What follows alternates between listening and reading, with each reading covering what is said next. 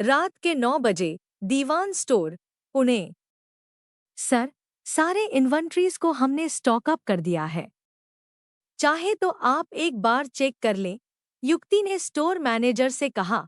ठीक है, मैं देख लूंगा, तुम घर जाओ, मैनेजर ने कहा और सारे काउंटर्स क्लोज करने लगा। युक्ति लोखंडे पुणे के दीवान सुपरस्टोर में एग्जीक्यूटिव के तौर पर पिछले 2 सालों से काम कर रही है। युक्ति के घर में उसके बाबा और एक बहन है। माँ बचपन में ही गुजर गई और तब से युक्ति ने घर की जिम्मेदारी ले ली। बाबा के रिटायरमेंट के बाद युक्ति ने काम करना शुरू किया और बहन को पढ़ने की जिम्मेदारी भी ले ली। वैसे तो युक्ति ने आर्ट्स में ग्रेजुएशन किया था क्योंकि उसका सपना था खुद का इंटीरियर हाउस शुरू करने का, लेकिन अक्सर सपने पूरे नहीं होते। युक्ति के भी सपने अधूरे रह गए, लेकिन वो इस बात को कभी किसी के साथ शेयर नहीं करती। हंसते खिलखिलाते सबसे बात करती है। किस्मत से युक्ति को घर के पास के सुपरमार्केट में ही जॉब मिल गया। दीवान सुपरस्टोर, ये एक बहुत बड़ा स्टोर है जिसका कंपटीशन बिग बाजार और मो जैसे दुकानों के साथ की जाती है।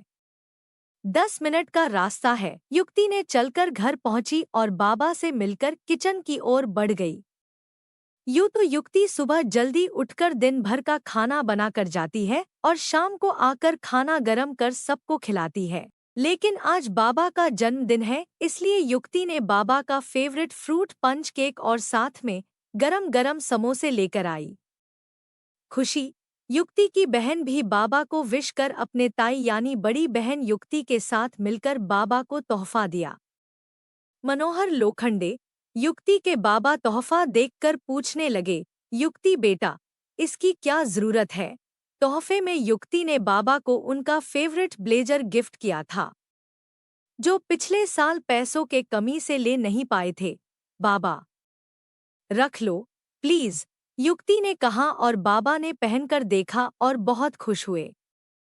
अगले दिन दोपहर के 2 बजे, दीवान महल, विजयपुर। तापस सुबह से ही काम में बिजी था। दीवान ग्रुप ऑफ कंपनीज के सुपरमार्केट स्टोर्स का बिजनेस तापस देखता था। तापस का एक बड़ा भाई है, अमृत दीवान। अमृत स्कूल और कॉलेजों को देखता था और उसकी पत्नी रुबीना अमृत दीवान इंदौर के स्कूल की ट्रस्टी भी है। तापस के पिताजी शंकर दीवान सारे दीवान के कंपनीज को संभलते थे, लेकिन पिछले साल रिटायर होकर दोनों बेटों को जिम्मेदारी दे दी। तापस की मां गिरिजा दीवान एक बहुत बड़ी सोशलाइट है और बहुत इन्फ्लुएंशियल भी। तापस अपने ऑफिस में बैठे प्रॉफिट्स के आंकड़े देख रहा था और सोचने लगा, ये पुणे का प्रॉफिट अचानक इतना गिर क्यों गया? क्या हो रहा है वहाँ? वो ये सब सोच ही रहा था कि उसका बड़ा भाई अमृत दीवान उसके केबिन में आते हुए पूछा, लंच नहीं करना क्या? उपवास है तेरा? नहीं भाई, काम ज्यादा है इसलिए लेट हो गया। तापस लैपटॉप बंद करते हुए बोला, ठीक है अब चल, रुबीना खाना लेकर आई है, खा ले। अमृत ने कहा, भाभी विजयपुर आई है? कब? तापस अमृत को देखते हुए पूछने लगा। हाँ, सुबह ही आ गई। स्कूल की छुट्टियों है कल से, तो थोड़े दिन विजयपुर में रहने आ गई। अब चलो जल्दी, मेरे पेट में चूहे दौड़ रहे हैं, अमृत ने कहा और चला गया। तापस केबिन को लॉक करते अमृत के केबिन की ओर गया। रुबीना ने दोनों को खाना परोसा और तीनों बात करते हंसते खाना खत्म किया। चलो अब मैं चलती हूँ और शाम को जल्दी आना, रुबीना ने दोनों से कहा और चली गई। तापस जाते हुए अमृत से बोला, भाई मुझे शायद पुणे जाना होगा।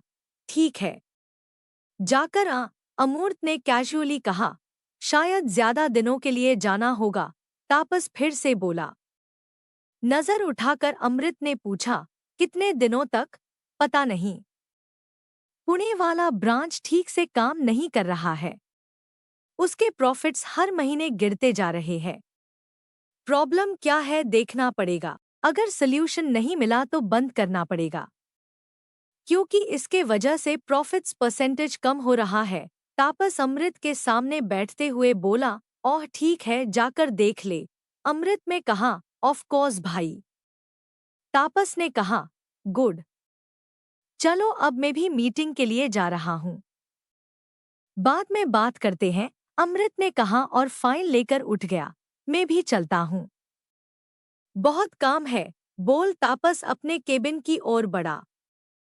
अपना कैबिन को अनलॉक कर अंदर आया तो सामने खड़ी लड़की को देख हैरान रह गया। तू अंदर कैसे आई? तापस अंदर आते हुए बोला। तुम भूल गए?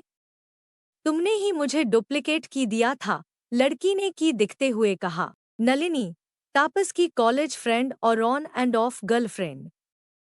दोनों डेट कर रहे हैं या नहीं ये सिर्फ दोनों ही जानते हैं। तापस के पास ऑफिस और घर के बीच में कोई टाइम नहीं बचता गर्लफ्रेंड बनाने का। ऐसे में नलिनी ही उसके फिजिकल नीड्स पूरा करती है। लेकिन तापस ने कभी नलिनी से पूछा नहीं। इन सब के लिए नलिनी खुद तापस के पास जा उसे खुश करती है। नलिनी तापस के टेबल के कोने पर बैठ तापस का टाई पकड़ अपने पास खींचा। नलिनी आज मैं बिजी हूँ। आज नहीं प्लीज, तापस ने कहा। तापस की रिक्वेस्ट इग्नोर करते हुए नलिनी उसके होठों को चूमने लगी और टाई लूज करते हुए गर्दन को घूमने लगी। नलिनी बात को समझो, कहते हुए तापस दूर हटा। पर कितने दिन हो गए तापस? नलिनी सैड पाउट करते हुए बोली। मैं बिजी हूँ और शायद शहर से बाहर भी जाना होगा, तापस ने कहा और कुर्सी पर बैठ गया। कब? कहाँ? क्यों? नलिनी ने पूछा। कल, पुणे और शायद एक हफ्ते के लिए, तापस ने कहा। Baby, I will miss you, pout करते हुए नलिनी ने कहा। हम तो अब क्या कर सकते हैं? ज्यादा इम्पोर्टेंट है नलिनी, तापस ने कहा। कुछ सोचते हुए नलिनी ने कहा। क्या मैं तुम्हारे साथ चलूं? No please. लास्ट टाइम तुम भी साथ आई थी और सारे एम्प्लॉइज काम छोड़कर तुम्हें देखने लगे थे, तापस ने कहा और उसके कपड़ों की ओर इशारा करते हुए बोला। आज भी नलिनी के ऐसे कपड़े ही पहने हैं। ब्लैक कलर की लेदर स्कर्ट और रेड कलर की क्रॉप टॉप और बेली बटन रिंग जिस पर चांदी की चैन लटक रही थी, जिससे देखने वाले की नजर वही थम जाती। मेरी प्रॉब्लम नहीं है कि लोग मुझे घूरते हैं, नलिनी अपने नाखूनों को देखते हुए बोली। लेकिन मुझे प्रॉब्लम है। तुम्हारे वजह से वो काम नहीं कर पाते और मेरा काम अधूरा रह जाता है, तापस ने कहा। How mean? नलिनी ने कहा। It is what it is कहकर तापस कंधे उचककर काम करने लगा। मैं जा रही हूँ। और हाँ, आज रात उसी होटल रूम में आ जाना, नलिनी ने कहा और चली गई। देखता हूँ, वक्त मिला तो आ जाऊंगा, तापस ने कहा और काम करने लगा। लेकिन नलिनी ने सुना ही नहीं। नलिनी रात भर तापस का वेट करती रही लेकिन तापस नहीं आया। कॉल करके जब नलिनी ने पूछा तो तापस ने कहा, पुणे से आने के बाद मिलूंगा तुमसे नलिनी। अब सो जाओ और फोन रख दिया। फोन को देखते हुए नलिनी ने कहा। डोंट वरी तापस, तुम्हारे वापस आने के बाद में तुम्हें अपने प्यार में फंसा ही लूंगी और मुस्कुराने लगी।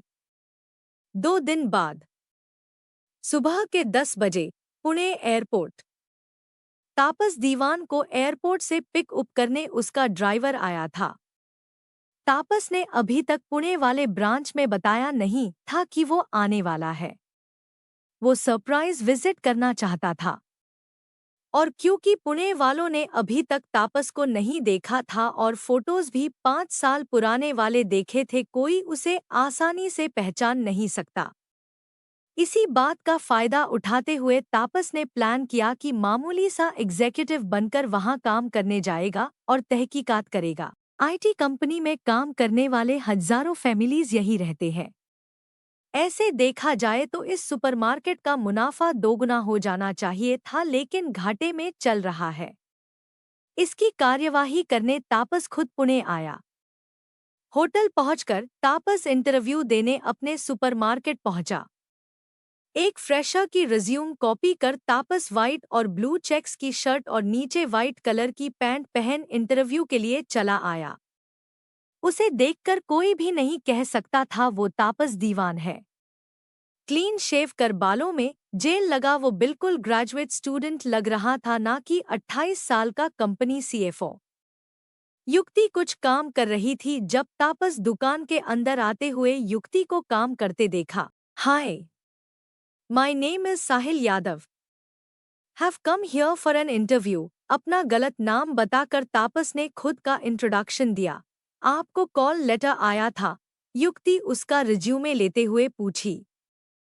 Not really, one of my friends told me you have a vacancy in your store, so I came here as a walk in interview, Tapas Sahil ने कहा।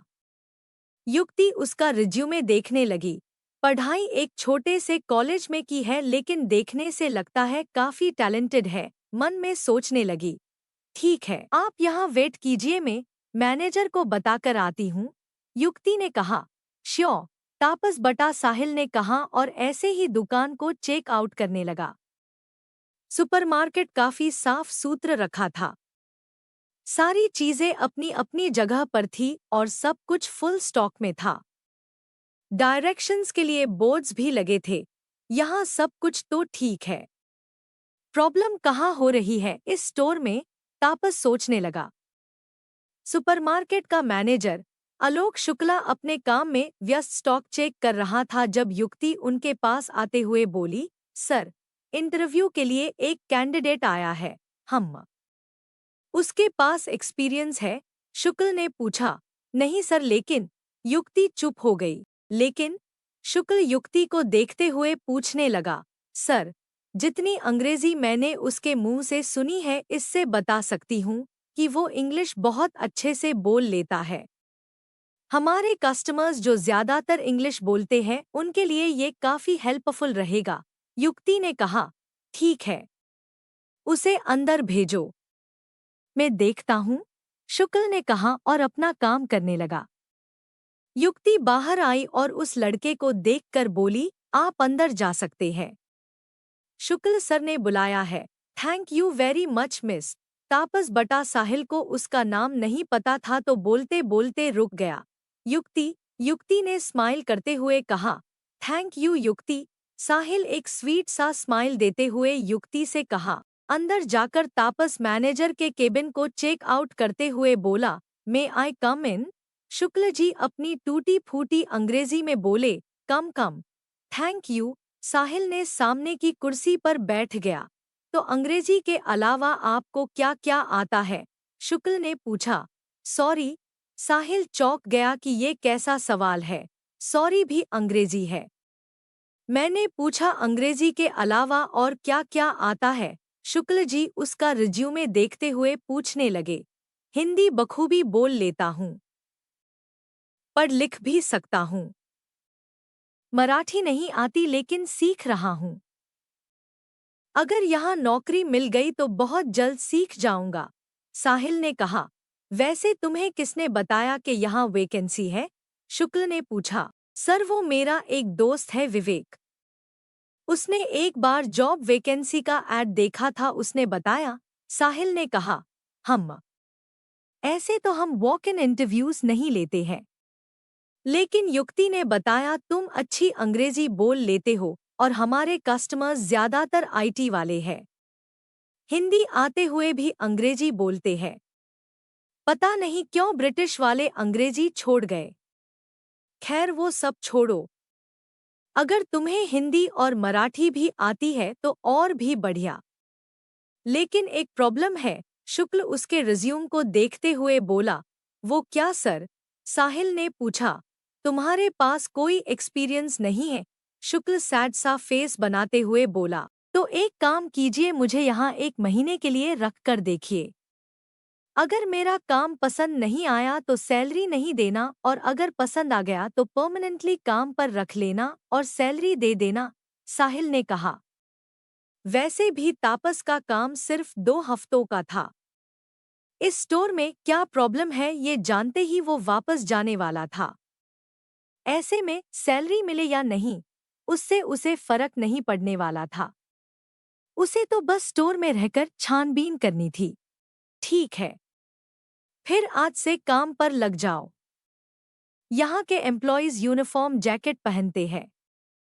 तुम्हें भी पहनना होगा से कहकर मंगवाता हूँ और तुम्हें सबसे इंट्रोड्यूस कराऊंगा। शुक्ल ने कहा, थैंक यू सर। लेकिन क्या मैं पूछ सकता हूँ, अगर मेरा काम पसंद आया तो सैलरी कितनी मिलेगी? साहिल ने पूछा, तुम्हें सैलरी महीने की 15,000 मिलेगी। वैसे 15 भी बहुत है क्योंकि बाकी के दुकानों में सिर्फ 12,000 मिलते हैं। लेकिन हमारे तापस सर दिल के बहुत अच्छे हैं। शुक्ल मुस्कुराते हुए बोला, जिस इंसान को हर महीने 50 करोड़ की प्रॉफिट्स मिलती है उसे 15,000 से क्या लेना देना था। तो सैलरी पर ध्यान ना देते हुए साहिल ने दूसरा सवाल पूछा, तापस कौन? इस सुपरमार्केट में जॉब करने आए हो और सीएफओ को नहीं जानते? तापस दीवान इस सुपरमार्केट चेन के ओनर है। वो विजयपुर में रहते हैं।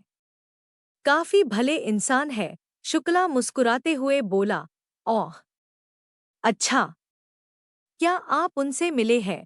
साहिल कुर्सी पर पीठ लगाकर बैठा और पूछने लगा। नहीं, शुक्ला उतरा हुआ मुंह लेकर बोला, लेकिन उनके बड़े भाई यानी अमृत दीवान से मिले हैं। एक बार पुणे आए थे और सुपरमार्केट देखकर चले गए। इंटरव्यू में सिर्फ शंकर जी और नील को देखा है, बाकी परिवार वाले मीडिया से दूर ही रहते हैं, शुक्ला ने कहा। और ये बात सच भी था। शंकर जी और नील के अलावा परिवार में कोई भी मीडिया के सामने जाना पसंद नहीं करता था क्योंकि वो लोग एक रॉयल फैमिली से बिलोंग करते हैं तो उन्हें प्राइवेसी ज्यादा इम्पोर्टेंट थी। सिर्फ बिजनेस पार्टनर्स और कुछ एम्प्लॉयज ही उन्हें पहचानते थे। रही बात नील की तो उसे तो पूरा इंडिया पहचानता था। रॉकस्टार जो था। ओह अच्छा, तो अगर हमें तापस सर से मिलना हो तो कैसे मिल सकते हैं? साहिल ने पूछा।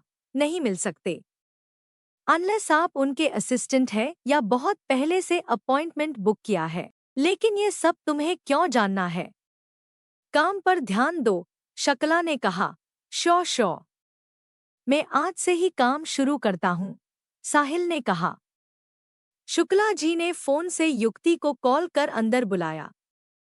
युक्ति 2 मिनट में अंदर आई और शुक्ला ने बताया, युक्ति, आज से साहिल तुम्हारे साथ काम करेंगे। इसे काम कैसे करना है, क्या रूटीन है, सब समझा देना। और हाँ, बाकी लोगों को भी बुलाकर ले आओ, उनसे भी इंट्रोडक्शन हो जाएगी। जी सर, मैं अभी सबको बुलाकर लाती हूँ, युक्ति ने कहा और चली गई। युक्ति को देख साहिल के दिल में सुकून था। सुबह से युक्ति को नोटिस किए जा रहा था। अपना काम बखूबी कर रही थी। बालों को अच्छे से टाई कर छोटी बनाई थी। ग्रीन कलर की टॉप पहनी थी और नीचे ब्लैक कलर का जीन्स और उसके ऊपर सुपरमार्केट का यूनिफॉर्म जैकेट जो डार्क ब्लू कलर का था उसे पहना था और नीचे ब्लैक बेलीज शूज। भले ही युक्ति एक मिडिल क्लास की थी लेकिन काम के लिए तैयार होकर आना उसका डिसिप्लिन था। ये चीज उसने अपने बाबा से सीखी थी। कुछ ही देर में युक्ति सारे एम्प्लॉयज को बुला ले आई। कुल मिलकर 7 लोग थे। अब साहिल को मिलकर 8 हो गए। सभी एक लाइन में हाथ पीछे कर खड़े थे और शुक्ला जी खड़े होते हुए बोला, आज से साहिल यादव हमारे साथ काम करेगा। मेन क्लोथिंग सेक्शन ये देख लेगा। युक्ति, तुम उसे काम समझा देना और तब तक तुम भी वुमेन्स क्लोथिंग सेक्शन देख लेना जो मेंस के पास ही है। जी सर, युक्ति ने कहा। शुक्ला जी सबका इंट्रोडक्शन करवाया। ओह नाइस, आप सबसे मिलकर खुशी हुई, साहिल ने कहा और सबको पर्सनली हेलो किया। तापस के लिए जरूरी था कि वो सबको अच्छे से जान ले क्योंकि जांच करते वक्त उसे इस इंफॉर्मेशन की जरूरत पड़ सकती है। इसलिए तापस ने अपने शर्ट बटन में एक कैमरा भी फिट कर दिया था जो वो हर रात घर जाकर अच्छे से चेक करेगा। सबने साहिल को अच्छे को वेलकम किया और उससे बात करने लगे। साहिल यादव, हम मानिक अपने हाथ बांझते हुए बोला। क्यों, क्या हुआ? युक्ति ने पूछा। कुछ नहीं, अच्छा दिखता है, मानिक चिढ़ाते हुए बोला। भाग यहाँ से, युक्ति ने उसे धक्का मारा और काम पर लग गई। कुछ देर बात करने के बाद साहिल युक्ति को ढूंढने लगा। युक्ति मेंस सेक्शन के कपड़े ठीक कर रही थी। हाय, साहिल ने कहा। हाय साहिल, आओ मैं आपको कपड़ों की अरेंजमेंट बताती हूँ। श्योर, साहिल मुस्कुराते हुए आया। युक्ति साहिल को अरेंजमेंट समझाने लगी और साहिल भी गौर से सुन रहा था। साथ ही साथ साहिल बटा तापस के मन में ये सवाल भी उठ रहा था कि युक्ति इतनी मेहनती है, उसे देखकर नहीं लगता कि उसने कुछ गलत काम किया होगा। जब युक्ति ने बोलना खत्म किया, साहिल से बोली, आप एक बार ट्राई करो, अगर कोई डाउट्स है तो मुझसे पूछ लेना। श्योर, साहिल ने कहा और काम पर लग गया। उसके अपोजिट में ही युक्ति अपना काम कर रही थी। कस्टमर्स आते गए और युक्ति उन्हें पेशेंटली कपड़े दिखाती गई। कुछ कस्टमर्स ने एक दो कपड़े चूज किए, कुछ ने बिल्कुल कुछ नहीं लिया, लेकिन युक्ति के चेहरे पर स्माइल हमेशा थी।